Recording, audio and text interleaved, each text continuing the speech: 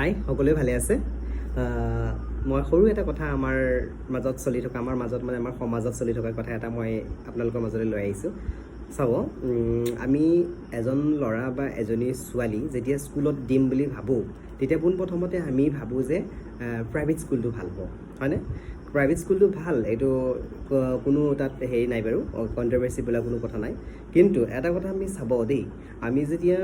private স্কুলত দিওঁ তেতিয়া আমি আৰম্ভণিৰ পৰা যিমানখিনি গুৰুত্ব দিব লাগে তাতকৈ বেছি আমি গুৰুত্ব দিওঁ ল'ৰা ছোৱালীক আৰু তেতিয়া আমাৰ ল'ৰা ছোৱালী আৰু বেছি তাতকৈ বেটাৰ হৈ যায় এইটোতো খুব এটা ভাল কথা কিন্তু এটা কথা আপুনি মনত ৰাখিব যে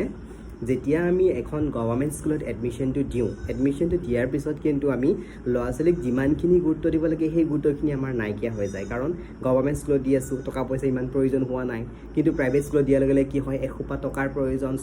পঢ়া শুনা ভাল নহ'লে আমাৰ লষ্ট হ'ব এইখিনি আমি হ'ব কিন্তু গভৰ্ণমেণ্ট স্কুলত পঢ়াৰ পিছতো যদিহে আমি যদি সমানে গুৰুত্ব দিওঁ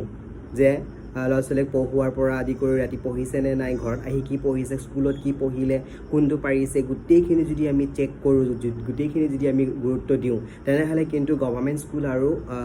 প্ৰাইভেট স্কুলৰ মাজত পাৰ্থক্য আপুনি দেখা নাপাব কাৰণ সমানে ল'ৰা ছোৱালী আগবাঢ়িব চ' গভৰ্ণমেণ্ট স্কুলত দিয়াটো বেয়া নহয় যদিহে আমি সমানে গুৰুত্ব দিব পাৰোঁ প্ৰাইভেট স্কুলত দিয়াৰ নিচিনাই গতিকে ল'ৰা ছোৱালী সমানে আগবাঢ়ি যাব চাবচোন আপুনি যদি এই কথাষাৰ ফ'ল' কৰে